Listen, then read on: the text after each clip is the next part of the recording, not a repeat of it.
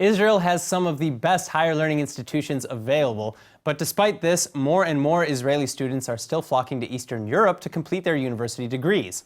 Well, joining us with the why is ILTV's Natasha Kirchak. Natasha, thank you so much for coming in. Why is this happening? Well, in Israel, it can be nearly impossible to become a doctor just because of how difficult it is to get into medical school. Admission is highly competitive, like most places in the world, and just getting into the interview stage requires near perfect test scores. Wow. All right, so for students who still want to be doctors or dentists, what's the alternative?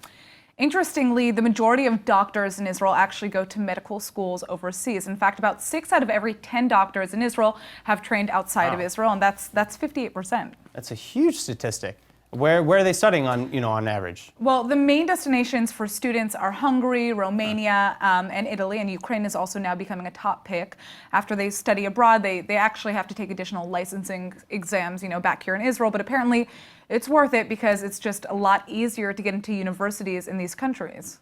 And are these only Israeli students doing this? Because I imagine this is an issue that impacts a lot of different communities. Actually, you're seeing a lot of different communities within Israel coming together as a result of the shared difficulty in getting into school. In Moldova, for example, nearly 1,600 Arab and Jewish Israeli students are currently studying at the Nikolai Testemitanu Medical University. And these are young people who would have basically never crossed paths otherwise, and now they have a shared mission and experience to become doctors in a country that isn't their actual home.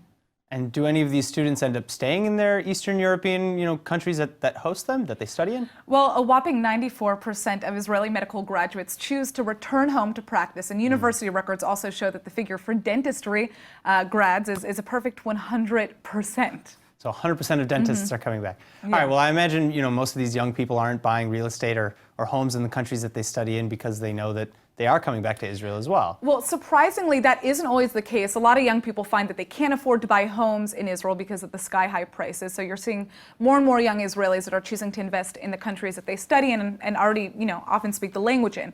For example, in the city of Odessa in Ukraine, which we've spoken a lot about in the past, we're seeing young students begin to consider buying homes for investment. And what do the prices look like? Well, in Odessa, you of course have a range, but the Israeli real estate company Green Park is actually selling luxury apartments for as low as $69,000 on the beach in Odessa, which is a totally reasonable buy for a young person who's going to become a doctor down the line.